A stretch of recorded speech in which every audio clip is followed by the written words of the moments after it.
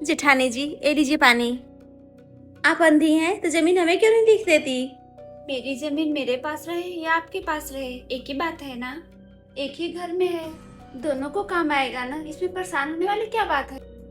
अंधी, तू अपनी सेवा मुझसे कराना चाहती है? मैंने ये कहाँ बोला देवरानी जी। नहीं बोला, लेकिन तुम्हारी बातों से तो लग रहा है। क्या हुआ सुमन?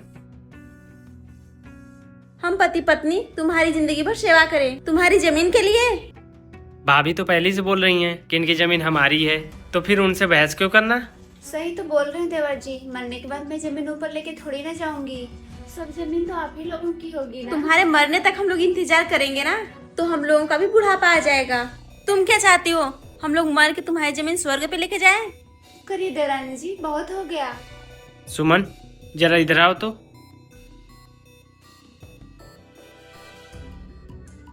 भाभी से बदतमीजी जैसी बात करती है। वो माँ समान है, अंधी है तो क्या हुआ? शऊर सीख। देवर जी, आपने ये क्या किया? आपको देवरानी के ऊपर हाथ नहीं उठाना चाहिए। आपने मुझे इस अंधी की वजह से मारा, मैं इसे छोड़ूंगी नहीं।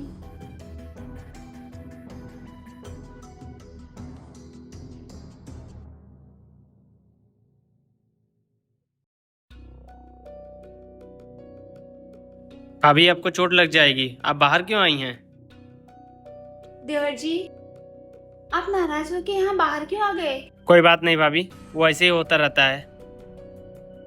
मुझे पता है आपको दुख हो रहा होगा अपनी पत्नी को मार के जमीन के लिए। आप चिंता न करिए, मैं जमीन लिखने के लिए तैयार हूँ। मुझे ले चलिए कचहरी। लेकिन भाभी, लिखवा के आपको भगा दी तो? भगा देंगे तो क्या हुआ देवर जी, आप है ना, आप पे भरोसा है हमें। ठीक है भाभी, मैं आपका सहारा बनूंगा। ठीक है देवर जी। चल निकल यहाँ से, जमीन लिख दी ना, अब तेरा काम कोई नहीं है यहाँ पे। देवर जी साथ देंगे मेरा। देवर जी कहाँ है आप? आपके देवर जी का प्लान था ऐसा ऐसा मैं काम करूंगी तो सारी जमीनें आप लिख देंगी। क्या सच है देवर जी? आप अपने मुंह से बोलिए, मैं सुनना चाहती हूँ। सुमन, धीरे क्यों ढकेल रही है? तेज में ढकेल। आप यही सुनना चाहती ना भाभी? कैसा भरोसा भाभी, संपत्ति के लिए कोई किसी का नहीं होता। जल्दी भगा इन्हें।